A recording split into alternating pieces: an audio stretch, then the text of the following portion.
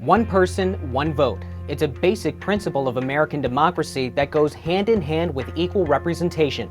To ensure that remains, even as populations grow and move, political maps are redrawn in a process called redistricting.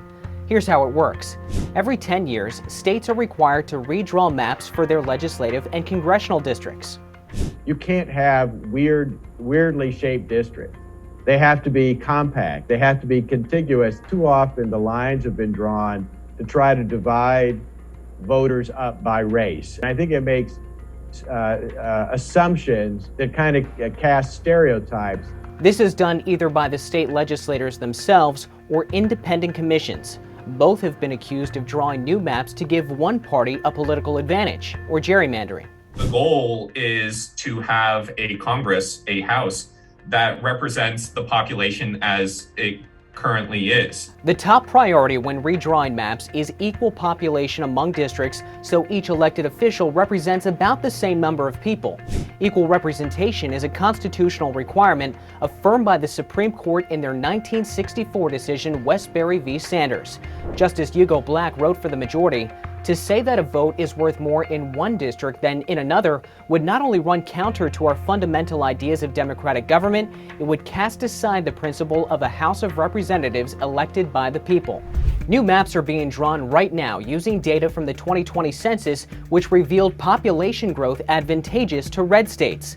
As a result, Florida, Montana, and North Carolina each gained one seat in Congress. Texas gained two.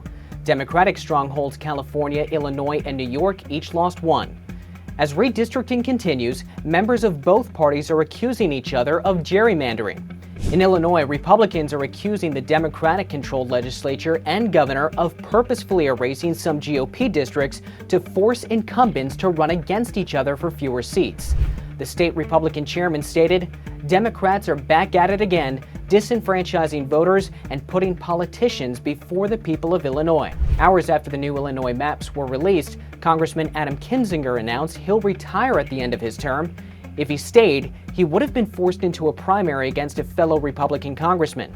My disappointment in the leaders that don't lead is huge. In Texas, a nonprofit and 13 residents are suing the Republican governor and Secretary of State.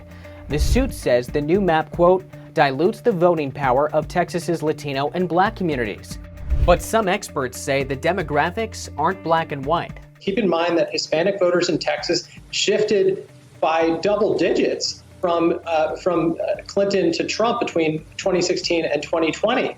It's important to note that many new maps have not been signed into law just yet and are subject to further debate and legal challenges. So what do you think about our country's redistricting process and the current cycle? Let us know in the comments below, and don't forget to click the straight arrow bias meter.